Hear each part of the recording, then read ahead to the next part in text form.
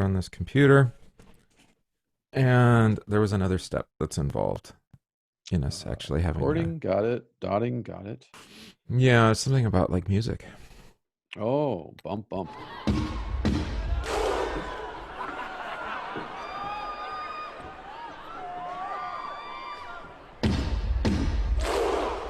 Hey, everybody. Welcome back to the podcast. This is the Banned Books podcast, episode number 150... 51.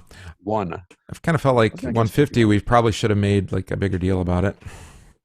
You know, milestone. Yeah, we'll see how people react to the episode itself. They could make a bigger deal about it Exactly. by like sending a healthy check to 1517 to support us. There we go. And hopefully it would make its way to us. Yeah, you could do that. Listen to your podcast. Do that. Your other podcast. My podcast. Support me at Warrior Priest. Yeah, at the Warrior Priest podcast. Support Links in the show notes. Links in the show notes. There we go. Tough times. Actually, as of the recording of this, June 29, 2020, after we posted that episode, people started calling for the destruction of Martin Luther statues. Oh, I know. I meant to put it in the show notes, the link. Almost as if we anticipated that conversation was coming. Yeah. And why? There's a significantly large one in Baltimore. And yeah. Sure. We're going to get rid of it now because, Luther was terrible man. He was. In fact, everybody before 5 years ago was. Let's just be honest. Maybe everybody now too. Everybody that makes me feel uncomfortable is bad or evil. So we should just get rid of all of human history. Well, in reflection on listening to the show after we recorded it, I do, like, what's an acceptable percentage of good versus evil, right? Before you cancel somebody, and it's like, if they're 51%, quality, and then there's that 49% that you really is distasteful, then is that enough that you don't tear down their statue, or what does it need to be? 60%, 70%? Right.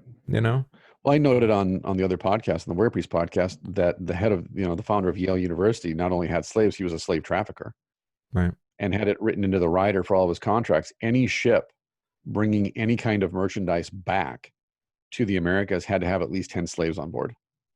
So I don't notice a lot of people tearing up their graduation, their diplomas from Yale, or burning their Yale sweatshirts. Or the man responsible for taking Princeton, turning it from a college into a university, later became governor and then president, Woodrow Wilson, right? Yeah. And it's like, he was just an avowed supporter of the Ku Klux Klan. Like, really? Yeah. He was president. And, but he was also responsible for a lot of, the socialist underpinnings of, the modern United States. Well, that was an argument that was made, and still made, for those who pay attention to history. Lyndon Johnson, for example, was a member of the Klan in Texas. And at that time, politically, if you weren't a member of the Ku Klux Klan in Texas, you weren't getting elected to any office because the Klan was a significant influencer in Texas. Yeah. And that's always been a point of contention about Johnson. But the same thing can be said about Joe Biden in the present tense because of his affiliation with Byrd, who was a proud white supremacist racist to the end of his life. Yeah. And of course, the Republicans have made a big showing of digging up old recordings of Biden from the 70s and early 80s, I think it is. Again, I don't vote, so I have no horse in this race, people, so calm down.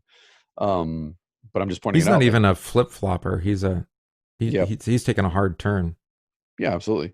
But that's my point too. Like, I was watching some of those videos over the weekend, sponsored by the Republican XYZ caucus or whoever. What is the statute of limitations on a person's sin, transgressions in the past? Right. Can you be, like I've talked about before, my dad growing up in north central Minnesota never saw a person that wasn't white his entire life until he got to Vietnam, or basic training, basically. But then through basic training and then into Vietnam, he learned the true value of human life. He learned the idiocy of judging a person by the color of their skin.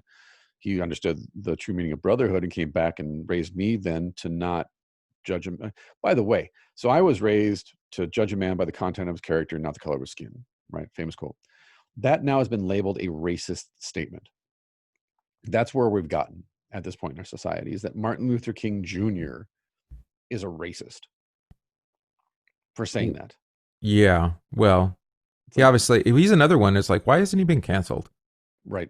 On the whole, I guess, his most significant work is, civil rights stuff, Mhm.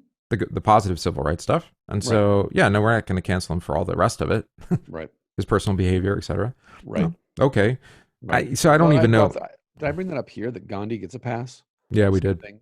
Hmm. Yeah. Gandhi's behavior's way off the reservation.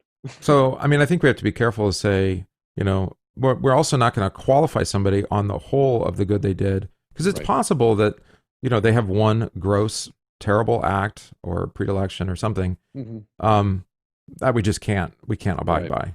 by. Well, I think then we should stop studying ancient Egypt because they engaged in slavery. Greece They were and Rome pretty are out. terrible people. Right. Greece and Rome are out because they practiced like pretty egregious slavery.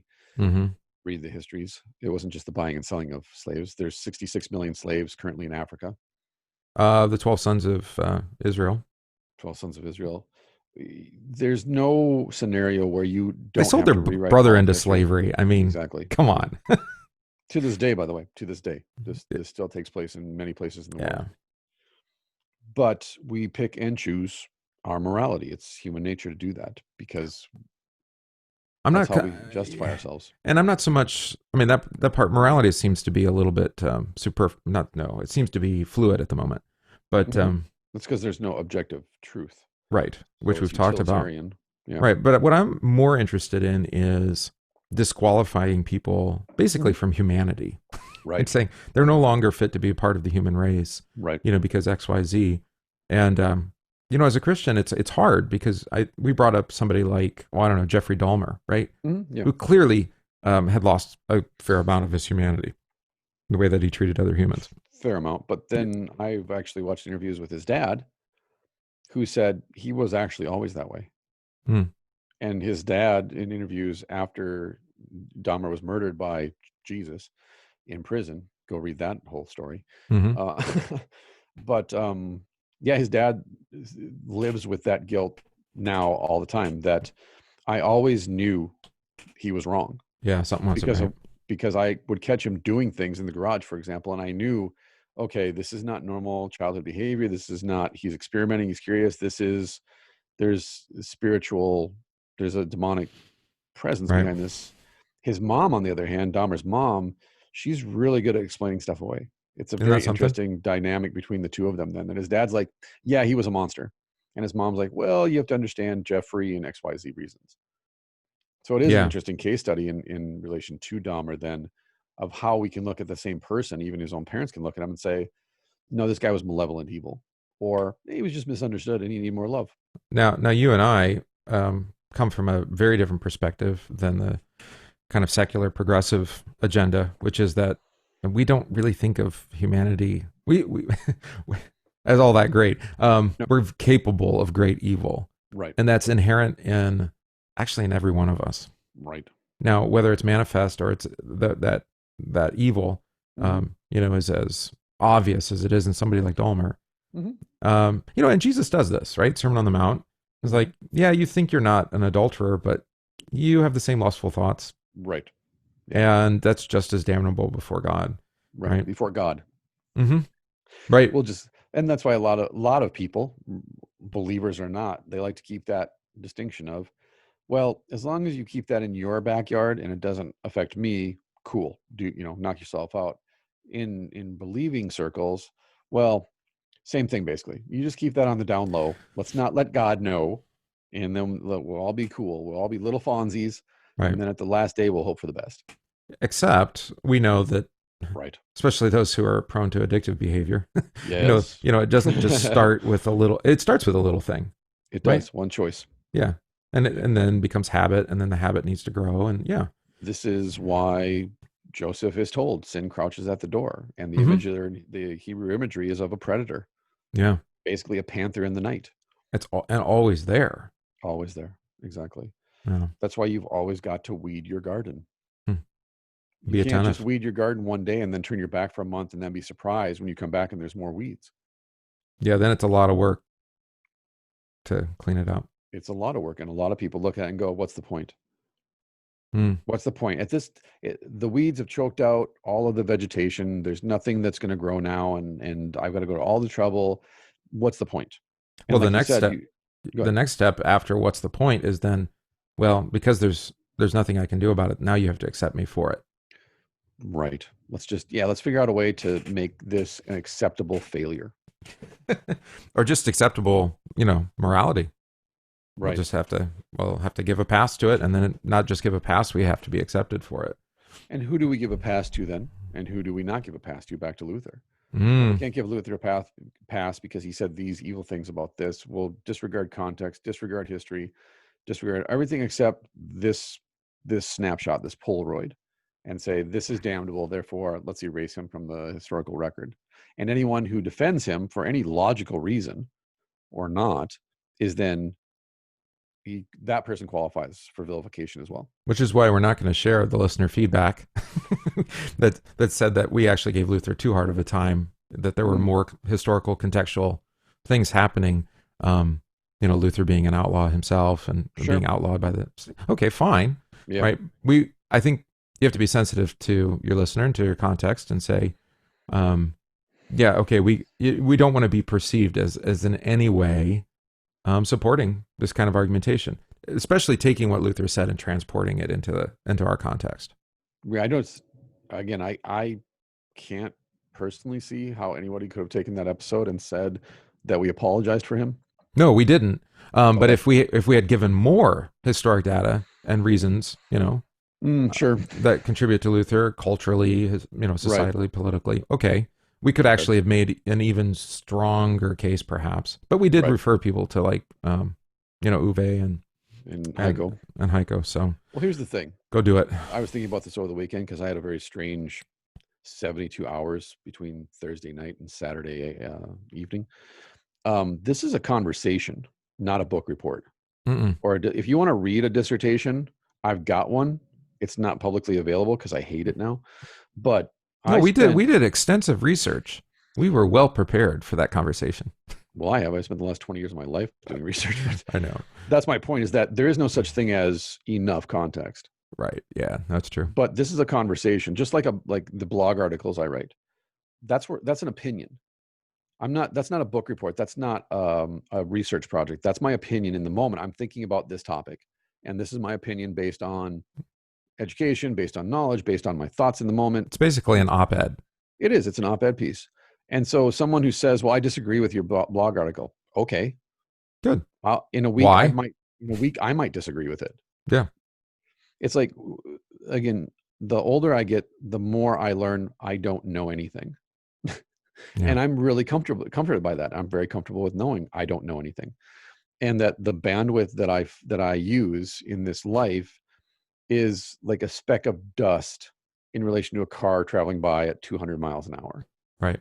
Like, I'm not using a whole lot of bandwidth in relation to the universe, or especially God. I acknowledge that. So then what I have to say in the moment is what I'm thinking in the moment. But yet, as more data comes in, I pointed this out in my sermon yesterday. Mm-hmm. Scientific research is dynamic by nature, not static. Reporters and the population in general have been indoctrinated to the extent that they actually think that science is static. Therefore, if a scientist says one thing 1 month, but then another month comes back and says, well, now we have more research, new data says the opposite, we then say, well, you're no longer a legitimate scientific expert or source of authority on this matter because you keep flip-flopping. Right. It's like, no, that's literally the nature of the scientific method. Right. New information is available, new research is available, therefore we're going to change our position. When you're searching for certainty, you don't like a dynamic situation to continue to be dynamic. You want it to become static. I'm right, I'm always right, or I'm wrong, and I need to change. Yeah. Versus, actually, just with the information available to you right now, or what you're thinking right now, this is what comes out. Yeah, and you should be free to change your mind. Convictions can change, The challenge being is that we live in a context right now. I think it's probably typically true as well, that it's all or nothing. So you've got to buy into like an entire ideology, and you can't just pick and choose. Right. I mean, imagine if you said something like, well, there are aspects of Marxism that are, potentially worth looking at. You're like, what? No, Marxism bad, right? Right. Or, hey, if you think that's good, come and join us and accept all of Marxism. Yeah, right. Right. So But yeah, it's either either way, or. it's that ditch stuff, right? Yep. And I think we'd like to have more of a harmonized position where we can say, well, that's a good idea over there. This over here is in conflict with it, but it's also a good idea. And let's see if we can't, work something out. And then also recognizing that life isn't static, and in a Right. sense, it's all one big experiment. Well, and I say this with all humility and love. I am interested in other people's opinion. I don't care about your opinion. I can exist within that tension of I am genuinely curious and interested in hearing other people's opinions and ideas. At the same time, I don't actually care about your opinion, in the sense of I can listen to you and then walk away and say, well, that was your opinion. Right. I don't need to embrace it or reject it. I can simply listen to it. But you're going to hurt my feelings if you don't I don't care about your accept. feelings. I know. It's not a question of feelings. Exactly. Well, Yeah. for you and I, it might not be, but as I learned over the weekend, that's a Republican position. I didn't know that thought that being a critical thinker and basically caging up my feelings was considered a political position. Yeah. But I was told that. Well, that's when ideology turns into faith, right? Well, that's what I was going to say, is that I think everything has become politicized now. Critical thinking has become a political talking point. Feelings have become a talking point. As an example, a practical example, I'll hear people say, I feel this, I feel that, versus other people will say, well, I think. And it may seem like a semantic issue, but it says a lot nowadays, at least with people that I talk to, where people, like there's a group of people that I hang around with at least 5 days a week. We don't say I feel, because a lot of what we work at is suppressing our feelings and controlling our feelings and caging them and keeping them within their proper boundaries. So we don't like we don't like that conversation of like, well, I feel this, I feel that. I don't care. What is the technique? Does this work or not? Does this work or not? Yeah. Your feelings are completely secondary, subsidiary to this point. Whereas there's other situations when my kid comes up to me and says, you know what, he hurt my feelings because he said this to me. Okay, but let's think through this. Let's use logic. Why did he say that to you? Well, and I thought of you this morning. I was listening to a podcast, and I was interviewing the head of the ER at Henry Ford Hospital in Detroit. Okay. And they've had major COVID problems there in Detroit, and caring for them. And this ER doc was talking about how they were trained in medical school, basically stifle your emotions. Right. Be objective. Don't, if you get overly emotional, you're going to make bad decisions. Right. No good decision has ever been made when somebody's emotional. And then she had this experience where she was an ICU patient herself at some point, was on life support. And what she had, she knew, but she didn't, it just didn't click for her until after she recovered. She did recover. Was that you still need to have like an emotional sensitivity. Correct. That she's changed. Yeah. So she changed the whole, ER training. And actually I think, they said her book is used in some medical, schools now about, adding empathy, not sympathy. Like I'm going to feel with you, but at least I'm going to understand your feelings. I'm going to recognize those as part of who you are. Yeah. Right. I can't necessarily take those into account as far as a decision. Yeah. Right. But what she was talking about is like people like, the nurse thinking that she can't hear because she's not responsive. Right. And saying things like, oh, she's going down the drain. She's circling the drain, or just very callous kind of statements, or I don't think she's going to make it the night. That kind of thing. This happened when Annie was in labor with our third child, that there were like 8 women having their babies at the exact same time. And so there were like 4 nurses on duty at that moment. So they're running room to room, and so they're just literally sprinting room to room to room. So I got angrier and angrier because my wife is a high risk pregnancy. Every one of our, because of physically. So we're already tense. It's a high risk pregnancy. Our doctor is not there yet, on the way, caught in traffic situation. And this nurse comes in, says something, leaves. Every time she does that, I get angrier, because she's, like you pointed out, she's not showing any empathy. I don't want her to show sympathy. I don't want her to cry or be like, oh, I'm worried. She needs to be aware of the emotional tension in the room. So, especially giving birth. So at one point, it was either the 3rd or 4th time she came in the room. I looked at her and I go, stop. you're not allowed to touch my wife again unless you knock this shit off. And she looked at me, she goes, what? I go, that right there. And my point was, you come in here, you give my wife an order, and you leave the room. My wife's in labor. She doesn't have a choice right now about what happens or doesn't happen with her bodily functions. You as a nurse understand this. Well, you can make it worse, which is what she was doing. The nurse was. Again, exactly, because you're ratcheting up the stress in the room by coming in, treating my wife like she's a car up on blocks, and this is all just engine repair. It's just going to throw all the hormones off. Yeah. Right, and my wife's in pain, so she can't speak up for herself or act on her behalf. And as her husband, I see my wife suffering. I'm getting angrier and angrier. So finally, I get in the nurse's face. Then the nurse leaves. She comes back in, and then she apologizes to us. And she says, I'm really sorry for the way I've been behaving. And then she explained, there's 8 women in labor. There's only 4 of us on duty. I'm super stressed out. I've been here for 12 hours. And then I apologized to her for the way that I treated her, because I didn't bother to think, okay, but what is she going through? Like, what's on her plate right now? And why don't I just ask, hey, again, empathize. Don't just assume that you're the only, husband and wife having a baby right now in this ICU. And we were both wrong, because we both were so wrapped up in what was right in front of us in the moment. You made an emotional decision. We both, yeah. And it was, well, I'm going to make an emotional decision, and she's trying to make non-emotional decisions, and we're colliding. Yeah. Versus you show a little empathy, I'll show a little logic. We'll meet in the middle, and it'll be great.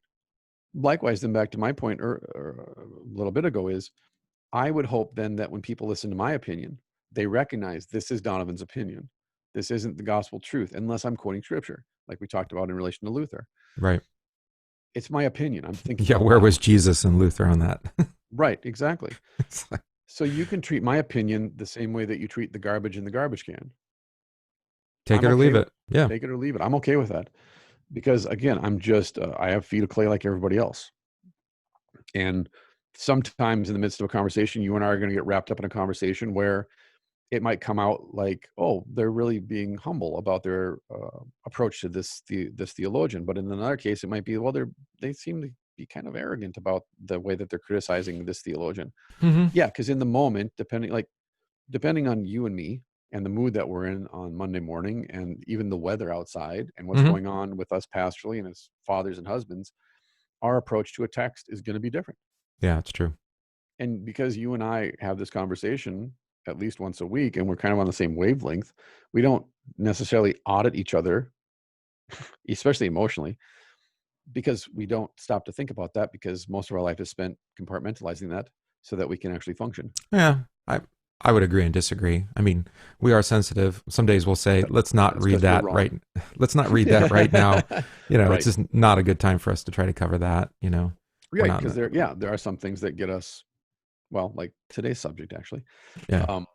Where we're like, okay, Luther and the Jews, there's not a whole lot there that I can really apologize for.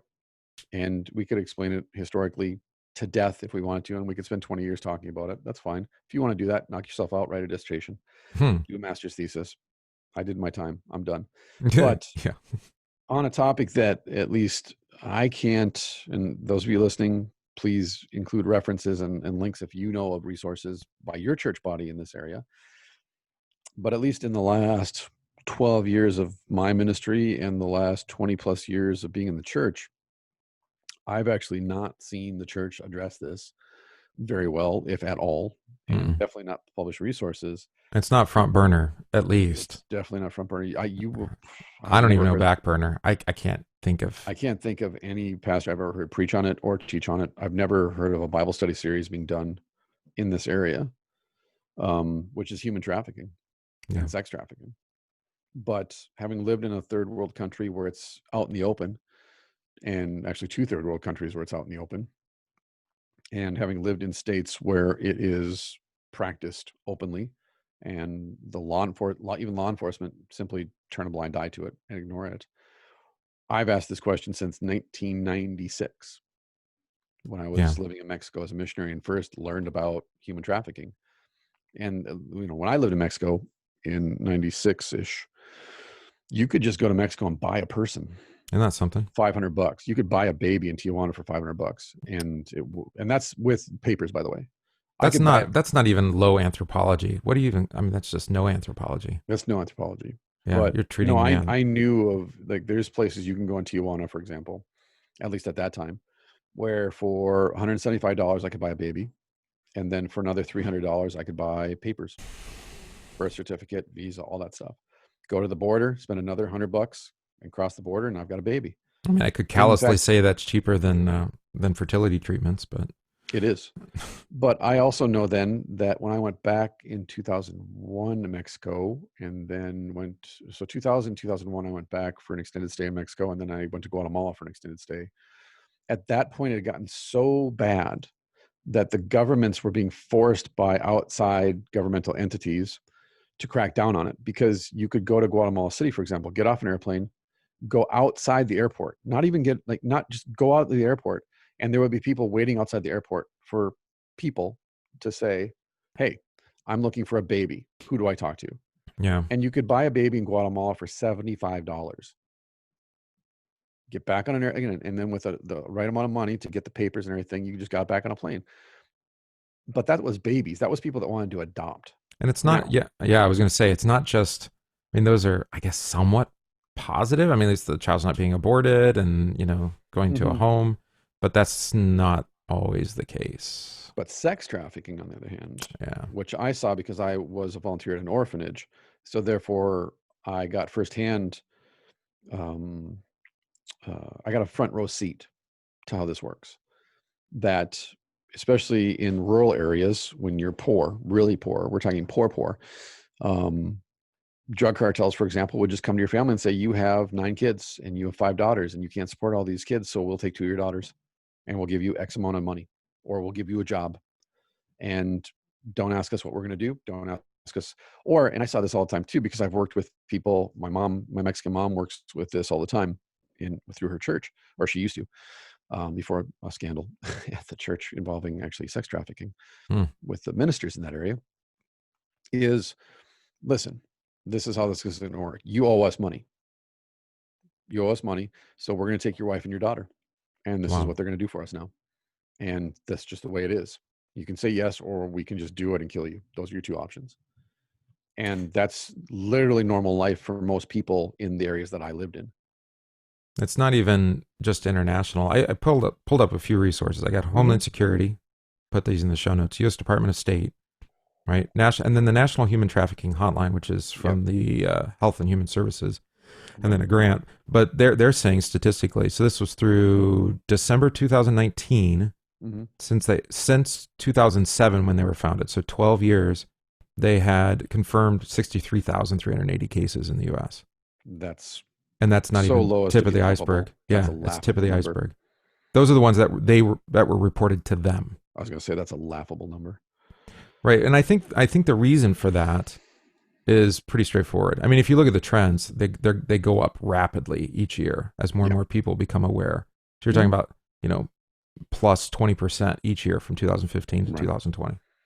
I know friends of mine in Canada, for example. I just talked to my wife about this yesterday. In Canada, for example, on the reservations amongst the First Nations people, human trafficking is epidemic, because it's not just a poor person's problem, but I can say from my own experience anyways, and not only witnessing it, but also working with people to help stop it in the United States and in Mexico and Guatemala and other places, nobody cares about the poor, by and large. Yeah, and I think that, you know what I'm saying? Like, if a girl disappears off the street, she's 15 years old, she comes from a poor neighborhood, it's ghetto, no one cares. No one's going to pay attention. And my question is, I think what's happened here, you said that law enforcement isn't aware of it. Well, I was in Northwest Indiana. They turn a blind eye to it. They're aware of it. They turn a blind eye to it. At least the law enforcement in Northwest Indiana shifted, and they wanted to bring, here's where it got interesting. They wanted to bring clergy on board. Right. Not just an awareness, but as eyes and ears, basically. Right. Paying attention.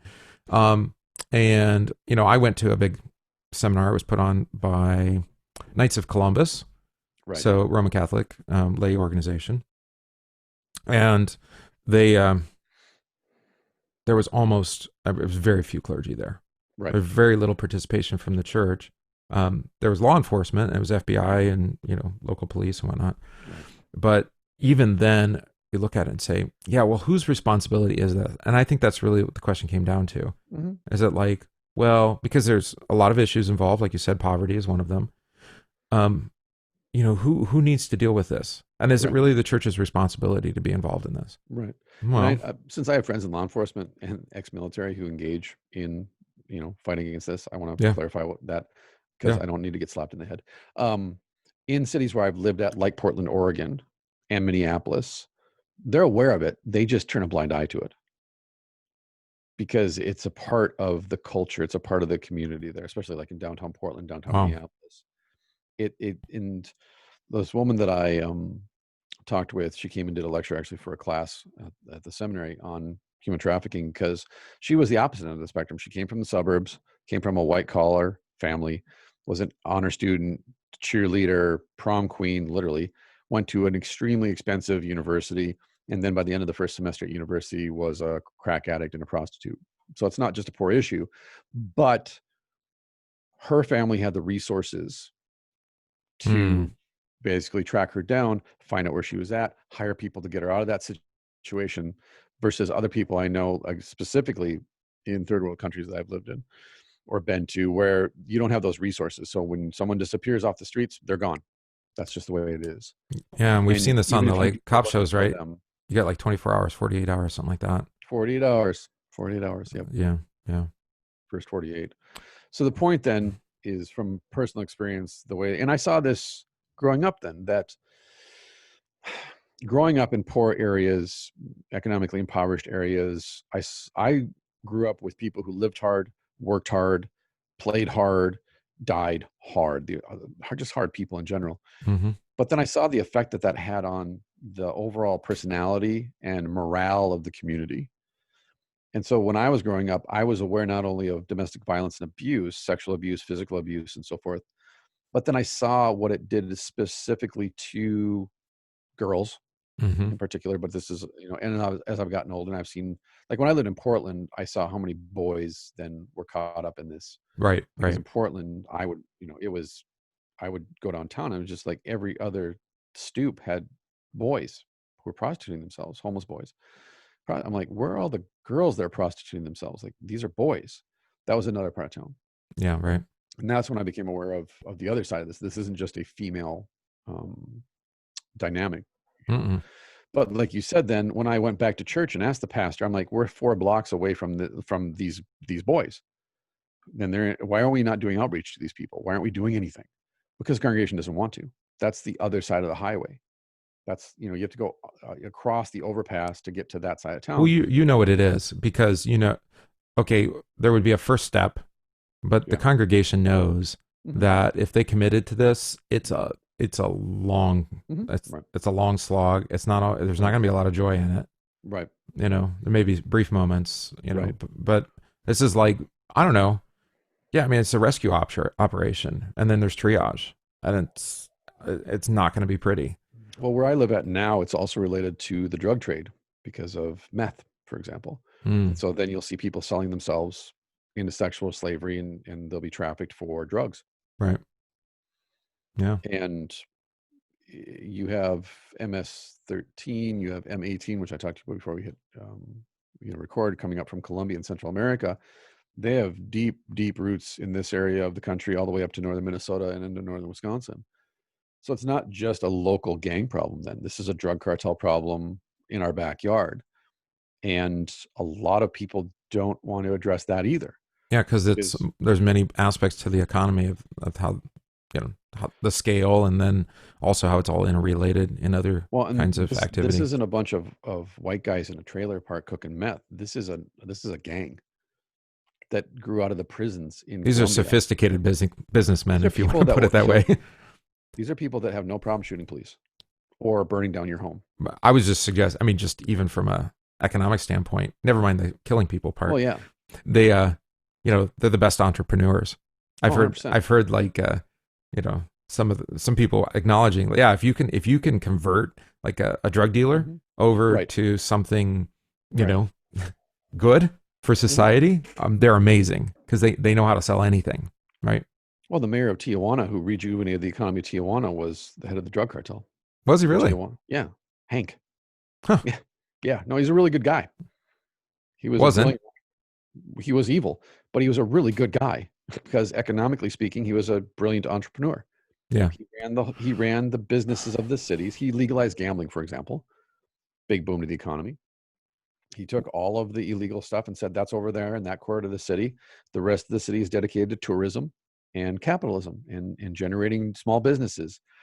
And he built movie theaters. He built a racetrack. He built a soccer team. He did all this to rejuvenate the economy. It worked, and people looked at that and went, well, the anti-drug cartel mayor really destroyed things for us.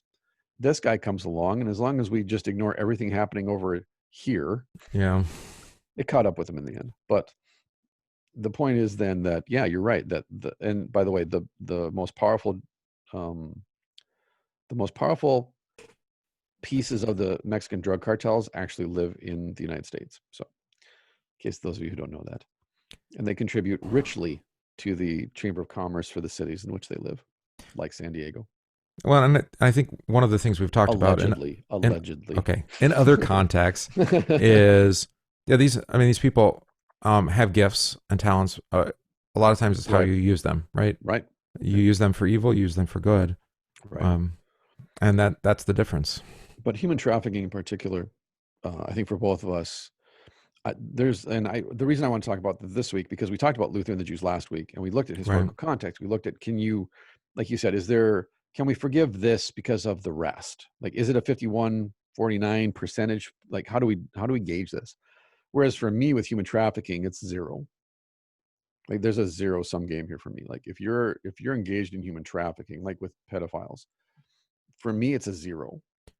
Which is interesting because historically, yeah, look back at the large swath of recorded history. mm-hmm. Most of those societies didn't have a problem. No, of course not. No. So I mean, it's a relatively new thing, which is interesting because there's a huge overlap with the rise of Christianity. And yet, yep. Is it just are we the first enlightened people? No, I don't think so. No. But we mentioned it. I don't know. Did we mention on the air? Or was it before when I said Joseph was sold into slavery? Right. Yeah. Right. And clearly, Potiphar's wife wanted to use him as a sex slave and cause all sorts of problems. Yeah. They're like, this that's Egypt. Yeah. And Israel. This is how this works. Exactly. Well, we've addressed this. The Lutheran Reformation, and the Lutherans in particular, essentially invented what we understand to be modern definitions of childhood. That children are not. Yeah, that's true. Adults. That's true. Adolescence, right? Up until the 1500s, a kid was like, "Can you work or not?" Right. You're either useful in a sense of utility, or you're not useful. Or like with a girl, are you childbearing or not? Exactly. Yeah. Oh, if you're childbearing, then you're marrying. You're marrying. Exactly. Yeah. Yeah. But I don't love him. That's not even a conversation here. You're old enough. We're going to sell you to this guy. Oh, but he's 3 times older than me. Well, but he's got a lot of land. Yeah, kind of sell. Yeah, it's advantageous to us. Dowry. We'll call it a dowry. It's selling. You're selling the person. Right. Yeah, no, it's terrible. So that's why I want to cover this. And Justin Holcomb, he's been a guest on the White Horse Inn before, so I'm sure a lot of people who listen to the White Horse Inn or have read Rod or know Michael Horton are familiar with Justin. He's talked about the theology of the cross before. He's written on the theology of the cross and Lutheran theology before, trying to explain Luther to non-Lutherans. But he wrote something for Christianity.com, I think in 2016. Can't remember the exact date. But anyways, I just found this and I thought it would be worth reading to look at 2011.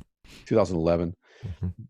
Again, maybe I need to write something about this and make a series. I don't know, but it just seems like we don't talk about this. And we were talking before we hit record. The reason that it's been on my mind lately is because more and more, because of the internet, more and more veterans I know are coming involved in fighting against, because they're basically saying, listen, the police force, law enforcement, they don't have the resources or the manpower to address this, or it's not on the radar.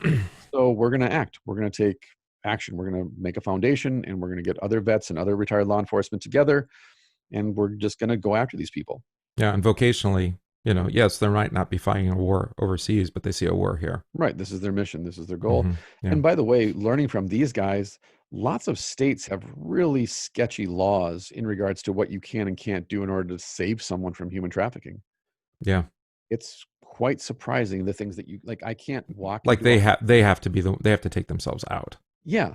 You Like maybe can yeah. offer a way out, but Yeah, they're the you ones can't who have just to make the walk move. into a house, for example, and just pick a person up and carry them away because they've been kidnapped and forced into slavery.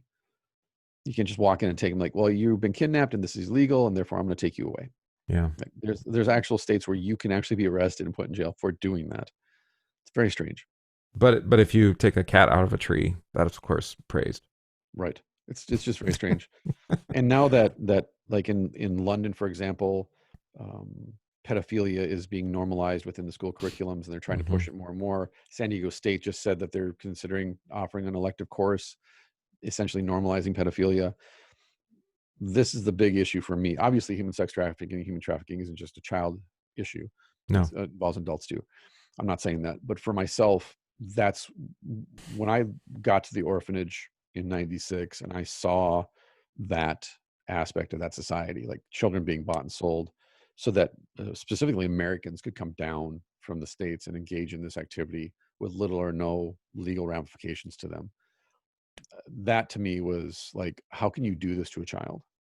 A child, like our job in vocationally, right? Our like vocationally adults, we're supposed to protect children because if you believe that God gives us our body, our soul, and our mind, Hmm. then that's something that God gave us. We're not entitled to it. God gave that to us, and He created us to be born and mature in a certain way. And the adults of the world, our vocation as neighbor is to protect a child Right. from womb all the way until they're able to protect me as an adult. Yeah. So to take advantage of a child's weakness, vulnerability, to me personally, is the most damnable thing that another human being can do. Personally, that's just my opinion. Because you're supposed to defend these people, and instead you're choosing to prey upon them. Yeah. And you're talking about damnable like before one another. You know, because it's I mean, obviously God's angry too. Yeah, I know. Here we go. Here's the chink in my armor. Yes, Jesus died for all sins, but I still want to see him burn in hell. Well, they don't all have the same effect upon one another's society, right? I mean, I know. I know. not all Yeah. sin is the same in that regard Yeah. before one another. And in this Right. case, I mean, you're talking about unraveling the very foundation of Right. Yeah. what And if you want to makes see where, family yeah, society. yeah. Yeah. If you want to see if you want to find the key that unlocks the cage that contains my emotions, this would be the key. Right. Well, because it goes right after your vocation as father. Right. Exactly. Yeah. Exactly. So this Wow. is called Human Trafficking in God's World. Hopefully, this will motivate you to think more on a topic that maybe you've not thought about or seen addressed in your church, and maybe it's something to say, hey, maybe just as a congregation, maybe we don't make it a project or an outreach or anything like that, but maybe we should Right. at least talk about it because what is it, like 4 or 6 out of 10 people engage in some sort of, at home, in private, on a computer or something, they engage in the viewing of pornography or child pornography, these kinds of things. um, or at the very least, they don't think of, when you look at pornography on your computer, a lot of the people that are engaged in that pornography, especially amateur pornography, Hmm. they're not doing it by choice. Yeah. There's a Yeah. lot of factors there. This is not a victimless crime, let's put it that way, Yeah. That's true. morally or legally. And you said that we don't see a lot from our church. I did link to the our church body's resource page, right? On We so have one. yeah, there's all sorts of social issues, and there's one on human trafficking, and Oh, there's good for yeah, them. there's documents. There's actually a print, like a full sheet that you can print off to include. It would be a great thing for a Bible study, Yeah, to 100%. get you started on the topic. So I didn't know they were there. I just Googled it. So Yeah, no, I wonder if that's newer because yeah, I don't know. 10 years ago I couldn't find that. So yay. Yeah. Human Trafficking in God's World by Justin Holcomb. Simply put, he writes, when someone defaces a human being, God's image bearer, it is ultimately an attack against God himself. Whatever you do to the least of these, you do to me. Mm-hmm. Genesis chapter 3 records the terrible day when humanity fell into sin and shalom was violated. This was a moment of cosmic treason when Adam and Eve violated their relationship with God by rebelling against his command and fell into the severe ignobility we all experience. The entrance of sin wrecked the order and goodness of God's world. It was the disintegration of peace, shalom kind of peace, which, by the way, involves the forgiveness of sins, life, and salvation. Mm-hmm. Sin inverted love for God. which in turn became idolatry, and inverted love for our neighbor, which became exploitation of others. Exactly. If you want to understand how sin affects the 10 Commandments very simply, that's a great explanation, I think. Just flip it upside down. Yeah. Instead of loving your neighbor, exploit your neighbor. Instead of love God, become God. Hate God. Hate God, yeah. Make yourself into Right. God. Yeah. Right. So the rabbis do this, by the way, that they take like a commandment, love your neighbors yourself, and they will invert it and say, don't do anything to someone else that you wouldn't want them to do to you. It's literally called the inversion of the commandment, meaning, as by way of illustration, if you don't understand it in one direction, let me invert this and say, okay, you don't want to love your neighbor, but you don't want your neighbor to do that to you. So why are you doing it to them? But now you're establishing a standard that's based on whatever feels good to you. You are. There's that pitfall. Sure, if there's no objective truth to it. Right. The rabbis obviously assume that well, I'd be okay with it, reality. So it's fine, right? Right. Well, but that actually, to your point then, this is why law libraries exist. God doesn't need a law library. There's 10 words there. And then we say, but what happens if an ox gores my wife? Is that murder? Then you go to Jesus' own words on the 10 commands, right, in Matthew 5-7. And right. Yeah, there you go. When the old Adam gets a hold of the 10 commandments, natural law, there is no end to the law. Mm-mm. When Jesus gets a hold of the 10 commandments, he is the end of the law to all those who have faith. So one clear way this exploitation of others takes place is human trafficking. Trafficking is modern day slavery and is the fastest growing criminal industry in the world.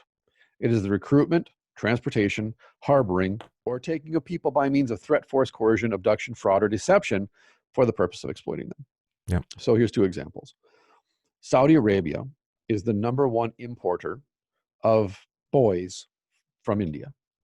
They send agents to India to take boys off the streets and bring them to Saudi Arabia.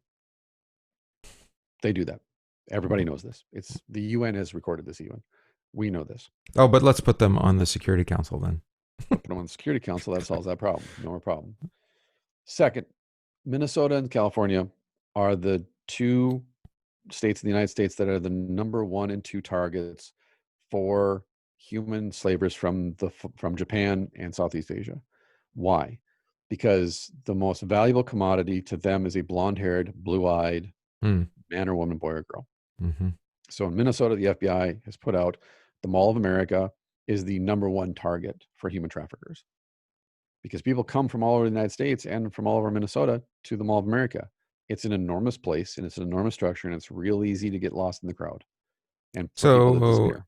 I mean, to be a kind of a skeptic here, it's like, well, then why don't we hear more about it? Because that's a big place, and the mall, of course, has every incentive for you not to know about it. Right. Right. But I mean, that sounds terrible. Like, do they keep it? How do they hush it? I mean, these things are happening. Covered. It's not covered. Because why? Because we can't do anything about it? I think there's just people that have a vested interest in not doing anything about it. That sounds a little conspiratorial. I know, right? It's almost as if we knew Bill Gates went to Epstein's Island 17 times, but we won't talk about it. Or Bill Clinton went 27 times during his presidency, but we won't talk about that. No, because he's dead now, though. Right. Exactly.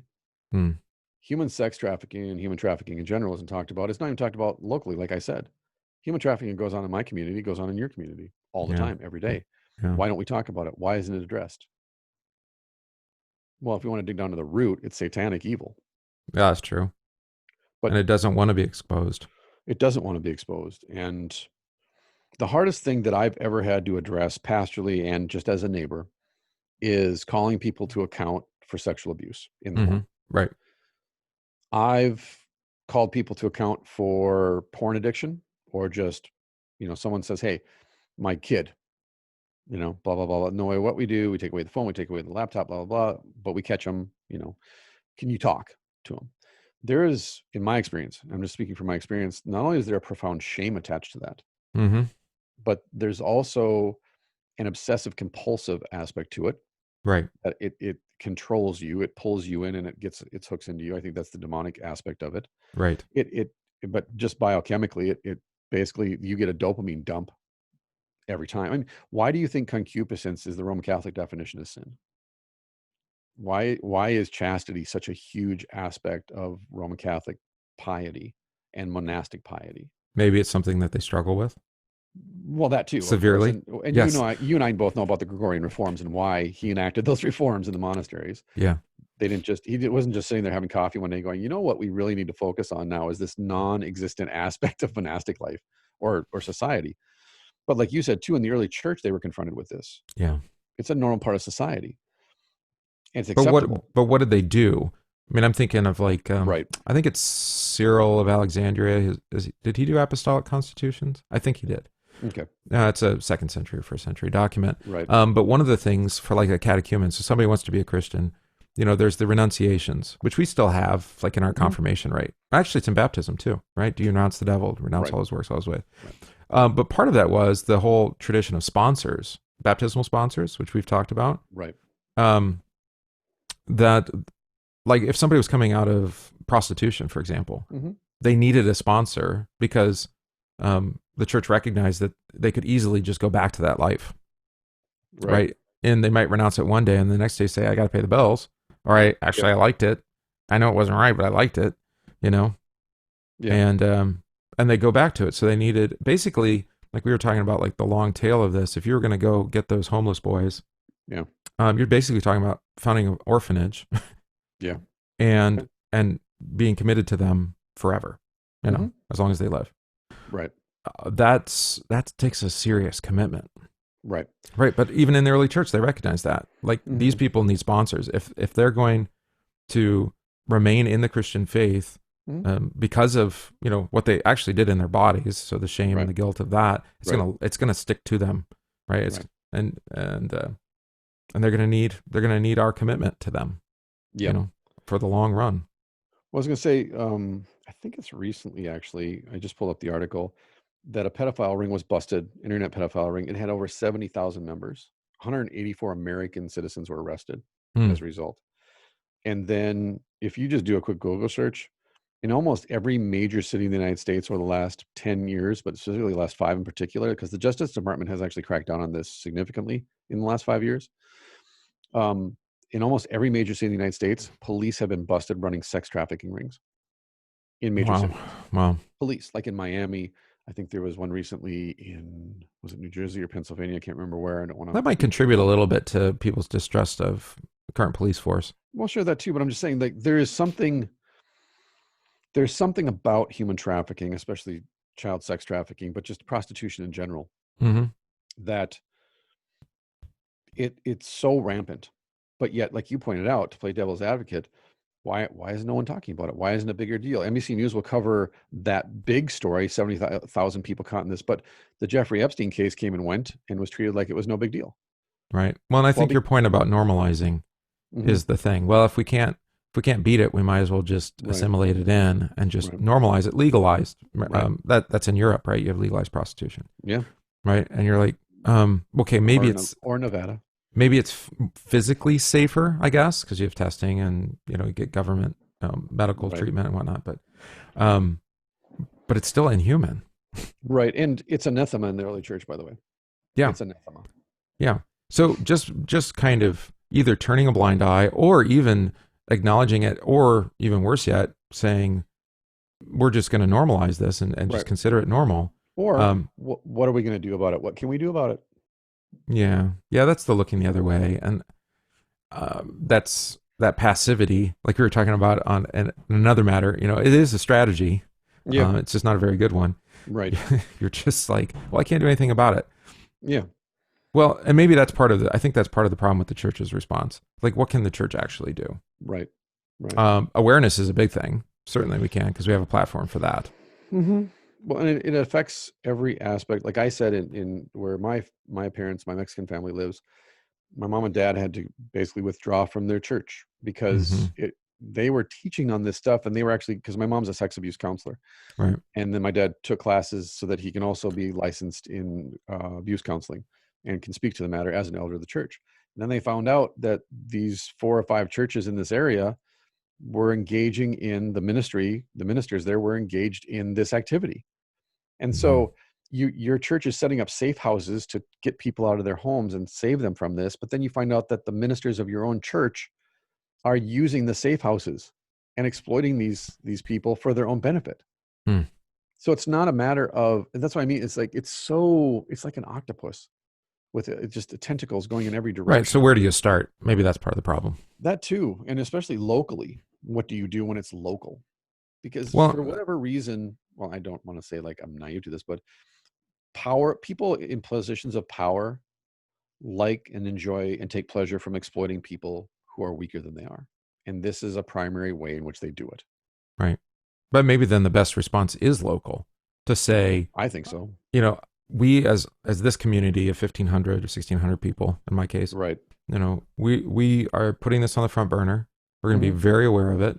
You know, Right. I mean, I know there's a lot of things we want to put on the front burner, but Yeah, that too, you especially right know, now. yeah, we got to protect our kids, Right. and we can do this individually as households, Right. but we can support one another in it too, Right. right? And we want this. We need our kids to know, you Right. know, so that they, you know, I mean, I was taught in grade school about, you know, unhealthy touches and these sort of Right. things. Good touch, bad touch. Yeah. Yeah, I remember that. I don't think that's the language they use, but whatever, When something I like was in that. school, that was basically the mnemonic devices. Like there's good touches and bad touches. Also, the only other thing I remember drilled so effectively was, you know, the stop, drop, and roll. But Yeah, that anyway, too. Yeah, yeah. so fire and But pedophilia. think about, I was talking with some neighbors of mine, not like immediately my neighbors, but neighbors in a general sense. They live Hmm. in my community. I'm neighbors with them. I know them. We do Yeah. business. They're Roman Catholic. And I asked him about this because we were having a conversation where he asked me, he's like, I've had this question. I'm really uncomfortable asking my own priest about it, but I'm going to run this by Hmm. you. Hmm. And he just, like, when I was 10, 11, 12, 13, our priest would take us to his cabin in northern Wisconsin. Is that weird? I'm like, 100%. Like 100%. You Yeah. live in southern Minnesota. He took you to a cabin in the woods in the 60s in northern Wisconsin. And there was no other adults present. I'm like, yeah, that's kind of weird. I wouldn't do that personally myself as a parent, and just as an adult, I'm not comfortable in those situations. I think there should be other people there. So it's an accountability issue. I'd like chaperones, that kind of stuff. And then he gave me more and more detail about it. And I was like, okay, no, this is not, This this is isn't. we crossed over from weird to creepy. And then he told me finally, he's like, yeah, a couple of my friends that went with them, as adults now, they've had to get counseling because what happened and they've admitted it happened. And so I asked him in conversation then too. I'm like, okay, since we're having this conversation, I need to ask you this because I've always wondered this, and it's a really Yeah. uncomfortable question. How can you continue to attend a church when this was happening Yeah. and it was allowed to happen? It was allowed to happen because it's a small community. Secrets are open. But you also know, broadly speaking, that your church historically has engaged in this practice. They've been busted for engaging in this practice all the way up to the highest levels of your church. To this day. To this day, this is public information. I'm not saying anything of speculative or tinfoil Luther hat. wrote about it, and Luther yeah, wrote about it 500 and now years there's been ago, lawsuits. Yes. and there's lawsuits. How do you continue to give money, put money in the offering plate at Mass when you know this is happening? Hmm. And his answer is, I don't. I'm like, okay, then how do you continue to attend church when you know the church condones this and the money that other people at church are putting into the plate, and you're not saying anything about it Or because at least a significant portion of the church condones it. sure. Mm-hmm. But I think in the Roman Catholic side of things, we can, they made documentaries about this going back to the 60s and 70s. They made documentaries. So I'm not saying anything that's like, oh, what a scandal. Riley's revealing, secrets. The Protestant church, we tend towards more along the lines of sexual morality and pornography on computer hard drives and child pornography and so forth. Mm-hmm. Not necessarily then, and if it is a pastor or a minister engaged in this activity, it's anachronistic. It's that guy. Yeah. But not systemic like it is in the Roman church, or at least, again, historically. And I raised these the Protestant churches are largely they're not as hierarchical, it's not institutional. hierarchical. Okay. Yeah, exactly. It's not hierarchical. It's not monolithic in that sense. But I think just asking the question, I can actually anticipate the uncomfortableness of just asking the question. Like, I'm speaking anecdotally about someone who said this to me openly. It's not confession absolution. I'm not breaking the seal of confessional. Sure. It was a public conversation. There are other people present. The point being, though, is like, we can't even have the conversation without people saying, I don't really want to talk about this. I don't want to address this. I'm like, but if we don't address it, it will continue to perpetuate itself. Yeah. But childhood abuse, Mm-hmm. the brain is powerful in its Right. ability to compartmentalize that. Oh, right? absolutely. You know, Yes. Speaking from experience, and it's yes. still, yeah, me too. And it still affects you in ways that you can't even Right. connect until it's recovered and the memory is Hmm. there and you're like, Yeah. oh, that is what that was, Right. you know. And in a way Right. you forgot it, and yet it Right. never forgot you. And it keeps it because it affects, you know, the whole Exactly. constellation, yeah, your whole emotional being. Well, you and I both know musicians, for example, who were abused as children, Mm-hmm. who their entire musical career exists because of that experience, that trauma that found its way out in their music. Right. They wouldn't be multimillionaires without that pain and that trauma. And yet it took them decades of making music about the trauma to actually just confront the trauma and just let it out and and start talking some about and it. some never did. And some never did. And I can say, yeah, my visceral reaction to bullying, for example, is because I was physically abused by men when I was a boy. Mm-hmm. So I have a visceral emotional reaction to bullies where I'm just like, oh, this ain't going to happen anymore. Right. So someone from the outside may look at me and be like, why do you get like so enraged by that type of character? And it's like, because you don't understand the groove that's been cut into my brain from childhood. And unfortunately, I have so many friends who are victims of sexual abuse, and so many people I know who then were basically told, no, you're wrong. It didn't happen. And they had to live with that, that their own parents told them that it didn't Mm-hmm. happen that way. Yeah. Now you're growing up and you're being gaslighted and being told never happened. You're like, I was there. I'm positive it happened. Never happened. Didn't happen under my roof. Otherwise, Right. I would have known about it. And it's like, Right. you do, you know, and so the shame that comes with this topic and the fact that it's publicly acknowledged in certain levels of power that people are like, oh yeah, I totally do this, or I'm going to normalize this behavior. Think about Hollywood. Yeah. Roman Polanski can't come back in the United States because of this, and yet people argue that Roman Polanski should be allowed to come back because he's a great filmmaker, and others who have been busted in the last Well, 2 to 3 years. think about how it's self-perpetuating then, It because is. you know, so there's the real phenomenon, Stockholm syndrome, where Sure. you know, you're being abused, and Right. then you actually come to somehow, you know, morbidly enjoy it, Sure. right? But the abused become the abusers, Right. so it becomes Every it becomes every systematic movie then. studio in Hollywood, every movie studio in Hollywood from the 20s through the 50s owned and ran a brothel and engaged in human trafficking. This is a publicly known fact now. The records are there for anybody to go see. And actors and actresses, very famous ones who you probably grew up loving, that's where they went in their off hours. Mm-hmm. And the movie studios covered for them, and they paid off reporters to not report on these things. And then only decades after the fact were these things then, you know, hey, what's in this file over Yeah, here? yeah. Wow. We know child actors from our, you know, From our our generation. generation. Yeah. Yeah, Yeah. that have tried to blow that open. Yeah, like Corey Feldman and Corey Mm-hmm. Haim and others, Right. and just said, "Oh yeah, 100%. It happens all over." Elijah Wood, Yeah, he actually got blacklisted for saying it. I know. Robert Downey Jr. got attacked for saying it. Right. That's what I mean. Like, even when people do talk about it, and like, dude, I have firsthand experience of it. Here's some primary documentation. Here's a video or recording of it, and people are like, "That's terrible. We shouldn't talk about that." And here are these actors and actresses who also say, "My kids are not going to act." Right? Exactly. Yeah. Like, and they tell you exactly why. It's like, Right. my kids, I'm not going to put them through that. It's not the Right. acting that's the problem, or the long hours, or whatever. And that's, you know, for anybody listening who has more experience and especially education knowledge of this than we do, I would be curious for your feedback. I would welcome your feedback, because I think what, like, even intellectually, I'm hitting a wall when even now talking about it. And I've been talking about this for a long time. Like I said, I hit this wall of, it's out in the open. We all know what happens locally, nationally, internationally. The documentation's there. More and more independent journalists are doing films and doing reporting on this and Right. writing about it, Right. calling out people at the highest levels of government and power. We know that governments engage in this stuff. Like I said, like Saudi Arabian royal families do this stuff all the Mm-hmm. time. You know, we just give them a pass. Why do we stop? Why do we not say this is the number one problem facing humanity? Because as Holcomb continues, then if this is like the exploitation of the creature, this is like the primary exploitation of God's creature, Mm-hmm. then and at this level, and it's modern day slavery, and it's the fastest growing criminal industry in the world. When he wrote this, in 2011. 11. Yeah. In 2011, the United Nations said that 2.5 million people are trafficked annually. Like, we know this for a fact. There are 66, like I said, just this last month, 66 million people are sold into slavery in Africa right now. And you can actually see this on YouTube, by the way. There's videos of the slave markets. And you don't have to imagine what 1847 was like in the slave markets in Atlanta, Georgia.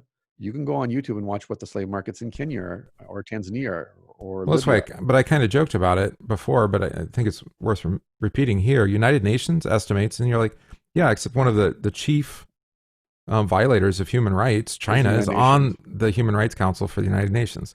Actually, the report came out last year too that the United Nations, there were United Nations workers who were also engaged in human trafficking and sex trafficking, who were running those efforts in different countries. Ouch. Yeah. That's what I mean. Is like you go, okay, they're working to stop this. And then all of a sudden it comes out, oh, these people are filing a lawsuit because it came out, the documentation, the zip drive. All of a sudden they're like, yeah, these people who are responsible for stopping this were actually the people engaged in this activity. I feel like I need to find some statues to topple, but that's not enough. Right, exactly. It's just but not that's enough. What I mean is like you go, oh, well, this is tinfoil hat. This is conspiracy theory stuff. And then it comes out and you're like, no, actually it's conspiracy fact. Yeah. And we know it's conspiracy fact because even like the Wall Street Journal and Forbes and even the New York Times and the Washington Post, there's in Los Angeles Times, they cover these articles, they cover these things that are happening in their own cities and nationally, internationally. What was the big story last year? It was the one started with an N. It was like Nivixum or something. Oh, Nivium. Nivium, yeah. Nixium, Nivium. Yeah, did you see came out in their files in court who was considered their good friend? Chuck Schumer. Oh, wow. Yeah, their good friend. Wow. Chuck Schumer. Yeah, but you have the actress from Smallville, right? Who was the recruiter, and it's like, yeah, it's just there. And then people say, we didn't know. She seemed like such a nice person. Well, and it is wrapped up in power and dominance, right? For sure. And exerting that over other people, which is what Holcomb had said at the beginning, right? Yeah. If God's out of the picture, then we are God. Right. And then we can act as if God to others, right? Dominate Annually, an estimated 300,000 children are at risk in the United States. Annually. Every year, approximately 300,000 children are trafficked in the United States. Annually. That's and incredible. This was over a decade ago. And I guarantee you it's higher now. Yeah. And that includes everything from strip clubs, street-based prostitution, and escort services. And yeah, I mean, to go down, then you keep going. Sexual violence is one of the most frequent and disturbing symbols of sin in the Bible. Go read the last couple chapters of Judges. It's horrific. It is a complete distortion of relationship. It's a mockery and devastation of God's intent in making us for relationships with himself and others. By referring to sexual violence, God, through the biblical authors, communicates that sin has progressed so far that sex, an expression of union and peace and love, is now used as a tool for violence. And idolatry, by the way, because as I note to my people all the time, every god is a sex god, a fertility goddess. That's right. And it's always tied up with the death cult. It's always a death cult and a fertility goddess. Always. And it makes sense if you think about it logically. If you have a death cult, you need bodies. And therefore you need a fertility cult because you got to get more bodies. Got to perpetuate the race. Yeah. You've got to. So every religion around Israel is a sex/death cult, a fertility goddess and a death cult. Baal and Asheroth. Not new. Moloch, Dagon, they're all the same. And that's why Yahweh takes such a hard and fast position on sexual immorality in particular, especially because it's never sexual immorality in I'm going to use this term because I can't think of a better one, like a benign sense, like, oops, I committed adultery. Like, that's bad, but that's a second table of commandments thing. No, it's like with Judah and Tamar. Right. Like, there's always a religious aspect to that. Gomer and Hosea. Like, there's usually a religious connotation to prostitution. Well, and I was thinking of Lot, right? And with his daughters, and you're like, yes, absolutely. Seriously? What's wrong with you? Right. That's like that was an acceptable answer to the problem? Right. Yeah. Here, just have my daughters. Yeah. Wow. And like, it's a mockery and devastation of God's intent in making us for a relationship with himself and others. By referring to sexual violence through the authors, God's communicating That's how far sin, that's what original sin does. Is it God created us to love each other and love him, to express this shalom, this forgiveness, life, and salvation that comes through love. It's creative, it's redemptive, it rejuvenates and renews all of creation. And then we use it as a tool for violence. I was thinking of, Netflix has made the news here recently again, because they have this basically pornographic without the hardcore aspect. What is it? 365 Days. It's from Poland, I think. It's like the number 3 on Netflix right now. After the suicide show, we're just like, I'm done. Well, there was that, and then I was thinking, it is again, it's this normalizing. It was the 30 Shades, that book, right? And then they made it into a movie. Oh, yeah. Which again is like, people are like, wow, look at that, it's so powerful. 50 Shades of Grey. 50 Shades. There you go, not 30, 50. Yeah, tells you. I didn't watch it. Obviously, you're thinking of Baskin Robbins. No, 31 flavors. But my point is like, I told Ann, I said, look, Netflix is actually upset at how many people are watching this, because they're like, it's really terrible, and it doesn't promote like a healthy, God-given sexuality. Right. Netflix doesn't say that, but we would say that. Right. And yet people are watching it over and over, and it's number 3, and they have every incentive. They want people to watch their stuff. Yeah. So it's like, well, it's a two-edged sword, I guess. So we'll kind of say, yeah, this is not healthy, but on the flip side, thanks for watching. For business. Yeah. Right. It's like saying, like, it's all these businesses in June they have their rainbow flag in June. And in July, the rainbow flag disappears. Yeah. It's so weird. It is weird. How is it that in June every year, you're just so pro gay rights, and then the rest of the year, you're just kind of like, yeah, we're totally for it. Right. So my point was that possibly be a marketing strategy. It's not just marketing. I don't even know. Maybe they don't know what they're doing, but I'm a little suspect of that. It's like, well, if we normalize sexual violence in this arena, between consenting adults, there it is, quote unquote. Yeah. See, even the language. Then we can slowly shift, to the next thing and to the next thing, and we can normalize it with everybody. That's why people ask, like, well, how did we end up with this society now that, any sexuality is fair game, right? As long as there's love and consent. Yeah. How did we end up there? Like in 10 years, basically, I was like, it's not 10 years. And it was always there. It was always there. It's always been there since the beginning, as Holcomb points out. Yeah, it's been exactly. there since the rebellion. Yeah. Maybe it was repressed for a while by, Puritan ideals or whatever it was in our country. Sure. Well, publicly repressed. Right. That's what I mean. Yeah. Talk to your grandparents, and if they're really honest with you about life in the 40s and 50s, behind closed doors, things were pretty bad. Yeah. Yeah. Right. And like we said, I mean, there's a whole constellation of things that attach to this. Pornography is one. Abortion actually is another one. Yes, it is is attached to that. And then other ways. Well, the welfare state is attached to it. In other ways, just what do you address first? What do you take care of? Right. Well, you take care of who's in front of you. Right. With That's what they neighbor. need. Yeah, your neighbor is who's right in front of you. I mean, I don't know that. I mean, it's not our vocation as pastors or each, of our members, unless they're in like law enforcement or something, to deal with the larger institutional structures. Yeah. Like we can't go after the drug cartel. Right. Right. But we can protect those people here, and we can limit their ability to, oh, that's right. Drugs is the other thing, to limit their ability to work here. Right. To peddle their wares here. At least speak out against it, or speak to it, point to it. Yeah. From the pulpit in the Bible studies. Mm-hmm. Far from being a peripheral issue in the Bible, exploitation is mentioned frequently throughout Scripture, is depicted as sin against God and neighbor, and symbolizes how badly sin has corrupted God's good creation. The victim's experience of trafficking is not ignored by God or minimized by the Bible, and it is not outside of the scope of healing and hope found in redemption. God's response to evil and violence is redemption, renewal, and recreation because of the gospel of Christ. And that should be the church's response. I can't remember the organization. There's a couple of them, but porn stars, for example, who have gotten out of the business because they heard the good news. They heard the gospel, and they repented, and now they basically got together and formed organizations and said, we need to basically speak out about what goes on behind the scenes, the exploitation and the human trafficking and sex trafficking of individuals who are vulnerable, and why. And the violence and abuse. Yeah. And likewise, then there's very few ministers. There's actually a series you can probably find on YouTube, but there's a very famous Ron Jeremy, He's a very famous porn star. He's so famous that he's actually part of pop culture at this point. Yeah, and he got arrested last week. Oh, did he? Yeah, for abuse. Okay. Abused 4 women, something like that. Okay. Accused. So he didn't, and this is like maybe a decade even ago, he did an interview with a minister out in California this is his ministry. He works with the adult entertainment industry, the pornography industry, to basically try and get people to get out. And it's an interview. And if you can find them, just go and, for yourself, listen to these interviews with these men and women who have been a part of this industry and talk about their experience.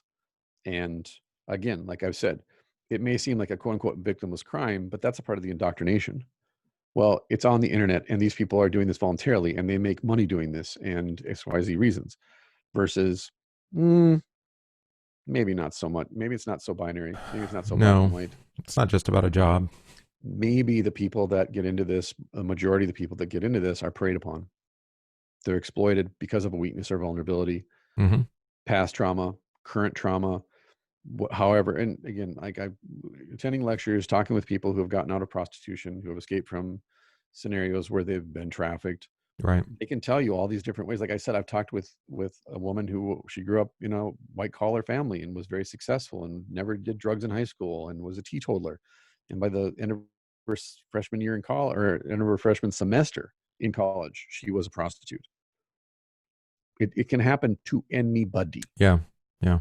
It's not only a poor issue. It's just predominantly it happens in poor areas for socioeconomic reasons, social reasons. The perpetuation. Oh, that's the other thing with the early church. You see this in Paul's writings, especially. You know, why the significant attention paid to the widows and the orphans is that apart from the church's care, exploitation. That's all they're left with. Yeah. Exactly. Yeah. Yeah. By the way, in the Old Testament, the reason that there's so many prostitutes is because if you don't have a husband in that society, your vocational options are very limited. You're not going to go out tending sheep. Probably not. No. So then think about the case of Boaz then, or not Boaz. Boaz, right? Ruth. Boaz. Well, Boaz's grandmother, right? I was thinking of Rahab. Boaz's grandma. Thank you. Yeah. Yeah. Well, there's Rahab too, but I'm thinking of Naomi and. Oh yeah, with Ruth. Yeah, with Ruth. Like that whole scenario there. Like Ruth comes from another country. She's pretty good at her exploitation of Boaz's. Exactly. There's a lot there going on that we don't teach in 40 minutes in the Old Testament episode last week. They're in Ruth right now, and then next week Next week is the. Well, actually, yeah, they already talked a little bit about the innuendos. Yeah. But they're strong. They're strong innuendos in the last episode. No, and I was thinking though with Rahab, the part of the story that's really awkward there that we don't talk about in church is the point that the spies went to the prostitute, right, and 2, that the leaders of Jericho expected them to have been to the prostitute. Exactly. Yeah. It's like that's how normalized it was. Right. That if there were spies, of course they went through the prostitute on the way out. Right. Exactly. Seriously. That's why I think too, like Holcomb points out, the Bible takes a pretty hard and fast line on these things. Mm-hmm. And there's a lot of examples biblically of when that line is crossed by the saints. Even. Abraham with his wife. Yeah. There you go. Judah. Right. But his daughter-in-law. Samson. And that there's a hard and fast line. People cross it. There's consequences for sin, physical, earthly consequences for sin, and spiritual consequences for sin. Yeah. But it's addressed. We don't address it. We don't bring those texts up often, and we bring them up in a condemnatory way. Mm-hmm. If you do this, don't do that. Yeah. Then you're condemned, or don't do this because X, Y, Z. Versus, this is actually reality. This is like human nature. This is how we do this. Well, that's what's so almost. Well, it is scandalous, with the way that Matthew gives the family tree of Jesus with Rahab and Tamar and Uriah's wife. Exactly. And I know we want to say that it's David's the one who abused Bathsheba. Okay. Uriah, she's bathing outside in view of the king's house. I'm sorry. There does seem to be a two-way street here. Me too. Modern. I know. Well, whatever, Right. And obviously David dropped the ball, but he should have protected her. Covered her king. Nakedness. Yeah, exactly. Bible too. Yeah, that's in there too. And so, but the point is, these people are all part of the redeemed. Right. Jesus died for them. Right. redeem them. Rahab was saved Mm-hmm. both from Jericho and then I would suggest maybe from her vocation. I would She's assume so, brought into the since she's household. got a family tree and she was Uh brought into someone else's house. Yeah. huh. Yeah. Right. Yeah. So the last paragraph then, evil and violence are not the final word to what you just said. Mm-hmm. Evil and violence are not the final word. They are not capable of creating or ultimately defining reality, which I think is another interesting and important point, is that violence and evil cannot create and define reality. They are destructive. They are destructive to reality. So at the present, there is a lot of destruction going on, Mm-hmm. and a lot of people demanding that reality be altered. Or I would actually argue in the inverse, a lot of people are being exposed to reality. Yeah. Our society is not as strong as you assumed. People are not as sturdy as we assume, anthropology notwithstanding. We've ignored a lot of history that's ugly to us that we don't Yeah. want to address. I know I wasn't really taught, being a northerner, Mm-hmm. about like antebellum, the South and Right. what I didn't life, learn about that till I moved to Louisiana. I And then I don't was know like, what that wait, life is like. you're still debating segregation? I Or thought, or what was the big one? Oh, they wanted to rename the military base, right? Is it Hood? Right? That yeah, was Fort named Hood. after the Confederate guy. Mm-hmm. As an accommodation to him, to Right. the Southerners, Mm-hmm. well, we'll put a base here, but we'll name it after one of your guys. Right. You're like, I mean, it's never clean and easy. Right. We talked about this like on this show maybe more than a year ago now about the famous gynecologist who had a statue in the Right. And yeah, in Central Park. in Central Park. Yeah. And this was all before all the big part of the Right. cancel culture we have now. But, well, then they find out, yeah, except he was testing his techniques on involuntary, Right. black women. So then they had to get rid And to of the make statue. matters even better, Central Park used to actually be a city. It's called New Seneca. Really? Yeah, that's where all the black people lived. They destroyed it to make Central Park for the rich white people. And Again, I'm more not parts of playing the sides here. history. I'm just pointing out, historically speaking. Right. Yeah.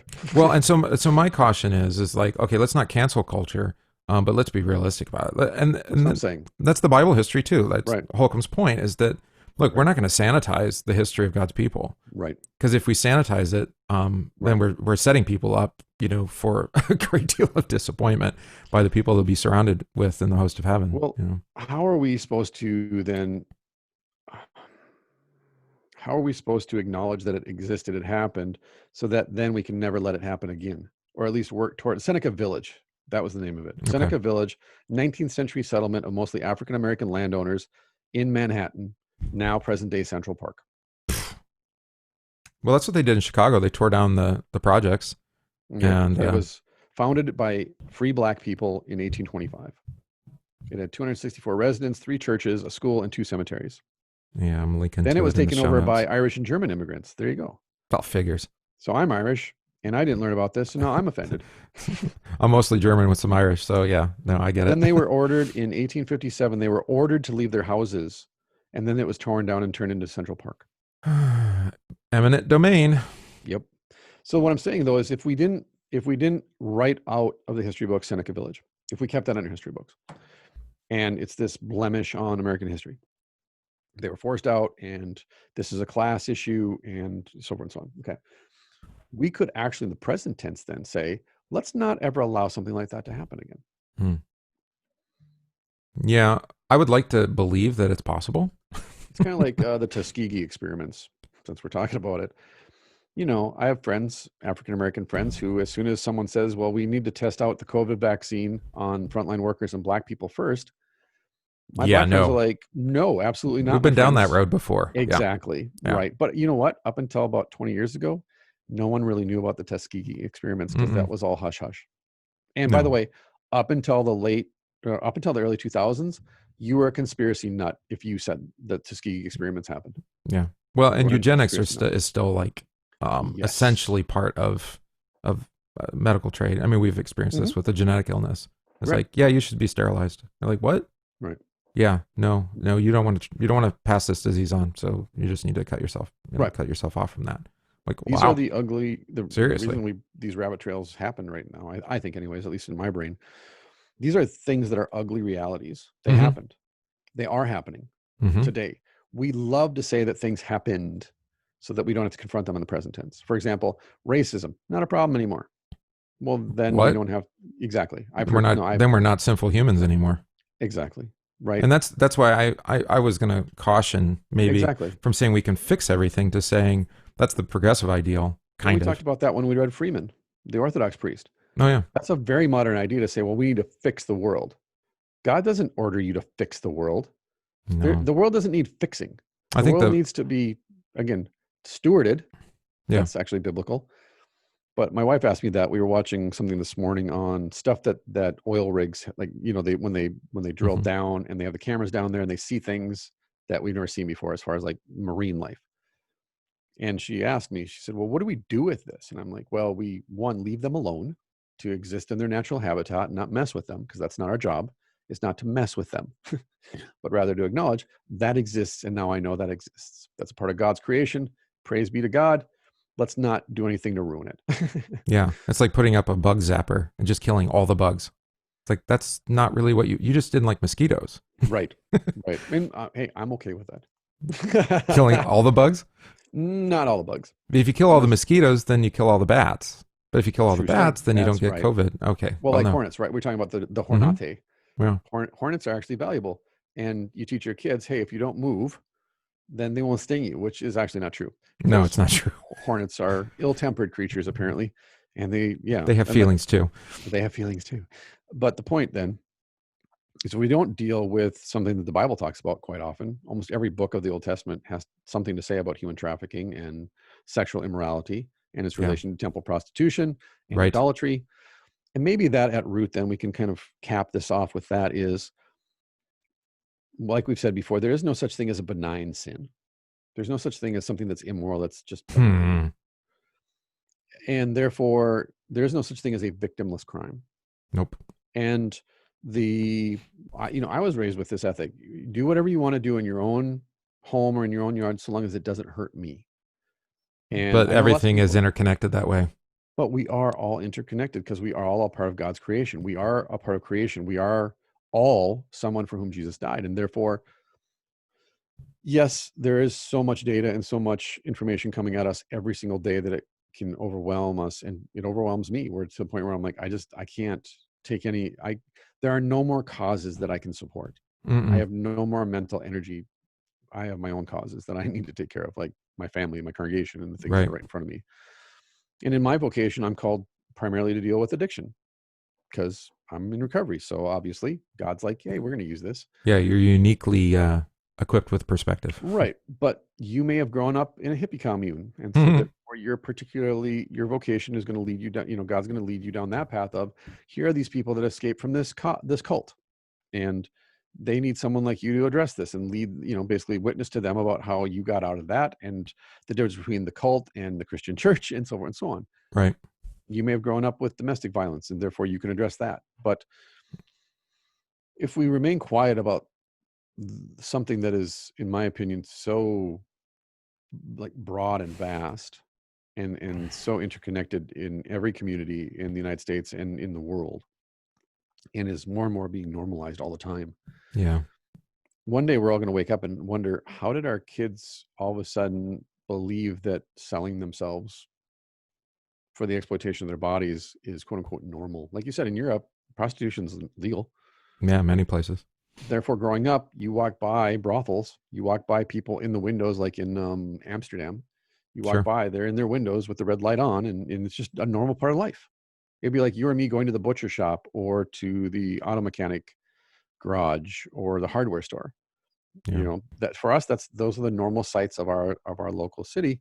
You go to Amsterdam, prostitution, heroin, shooting galleries in the park. That's a normal part of that kid's life. Yeah. I think, for us as Christians vocationally, like I said, you can be very local, very neighborly. There are larger things that we have to speak up to, and especially like our church body speaking to it, that's necessary. Sure. Because they do represent, 6,000 congregations in the U.S.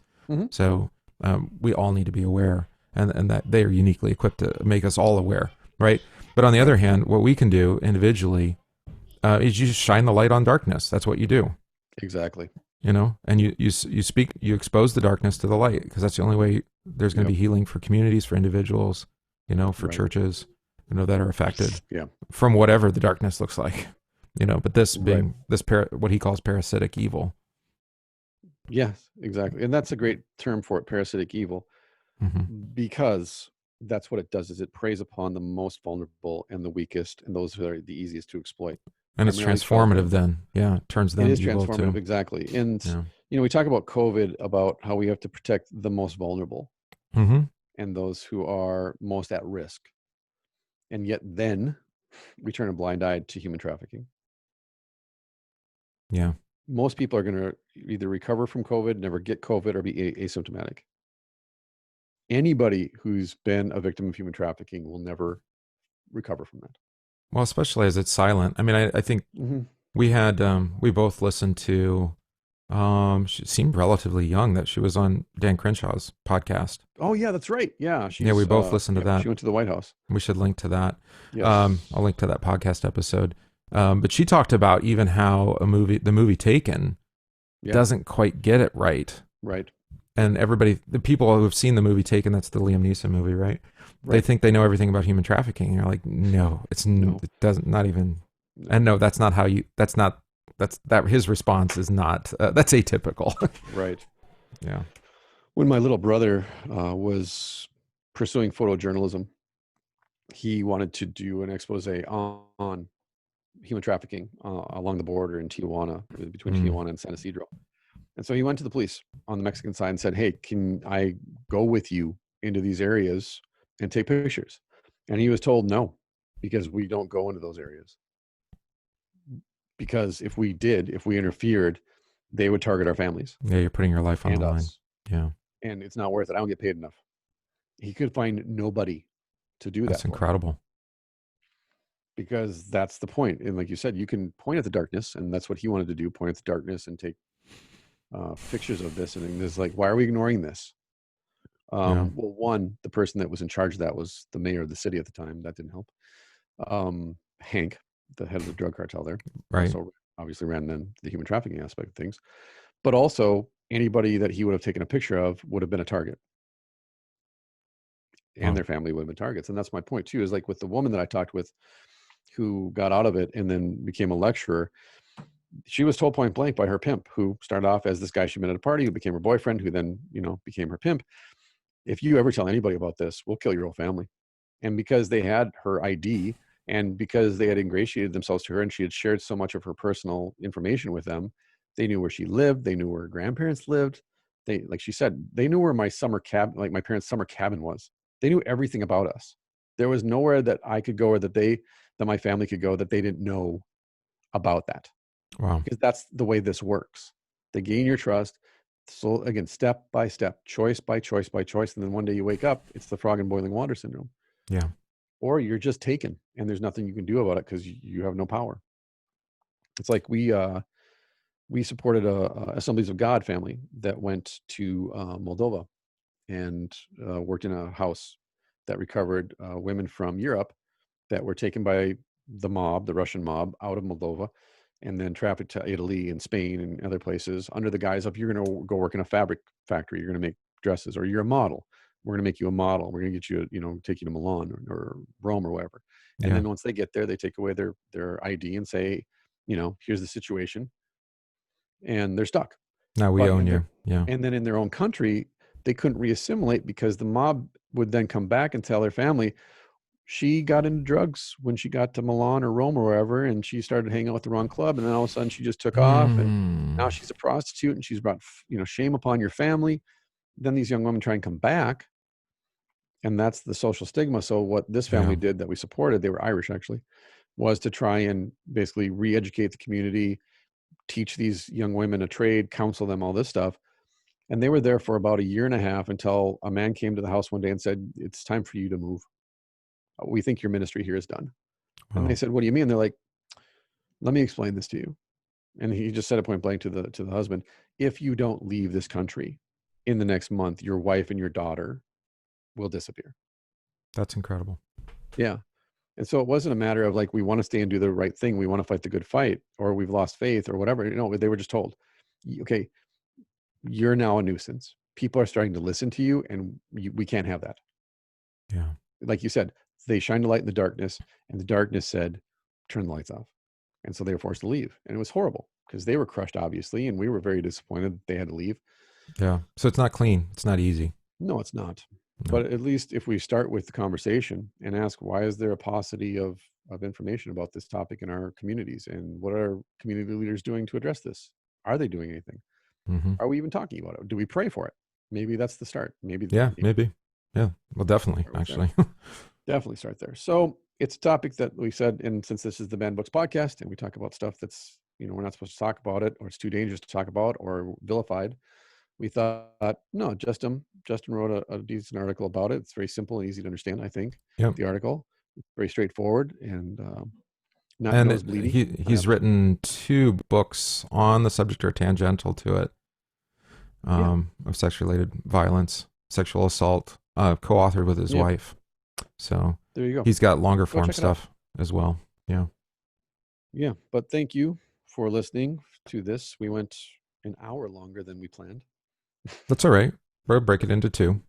So this is probably the end of part 2. Probably. We'll see how I break it up. There we go. But yeah, I think it's just at this point in time, what's happening in our society. You and I have had these conversations off air. There's just things and topics that in the past we've had the leisure to not address. Mm-hmm. And in this area, it's been, other people have treated it as my pet project because it's something that I care about. And they've looked at it and went, well, that's Pastor Riley's pet project. That's what he's concerned about.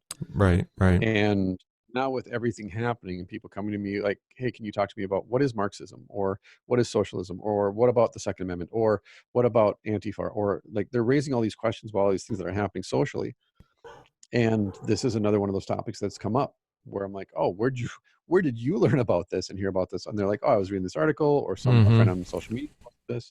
Right. And I noticed we never talk about this in church, or we've heard you talk about it or allude to it, but we've never actually done a deep dive on it. Why is that? So, yeah. And you could do it easily with a Bible study. I mean, we gave you a lot of examples. Right. Exactly. It comes up all the time. Yeah. Yeah. So next week, I think the next episode, we talked about just war theory and Christians and violence, actually, since that's another topic that's come up, as a Christian who doesn't live in Texas. So what do you do when violence comes to your front door? Or what happens if one of your kids or you yourself served in the military or are a first responder? Like, what do you do about that? It's another issue that I don't think we talk about enough in the church. No, because, we'll talk more about it next time. Exactly. So, don't get me started. Spoilers. Yeah. There we go. All right. We love you. Thank you so much. We'll talk to you next time. Peace.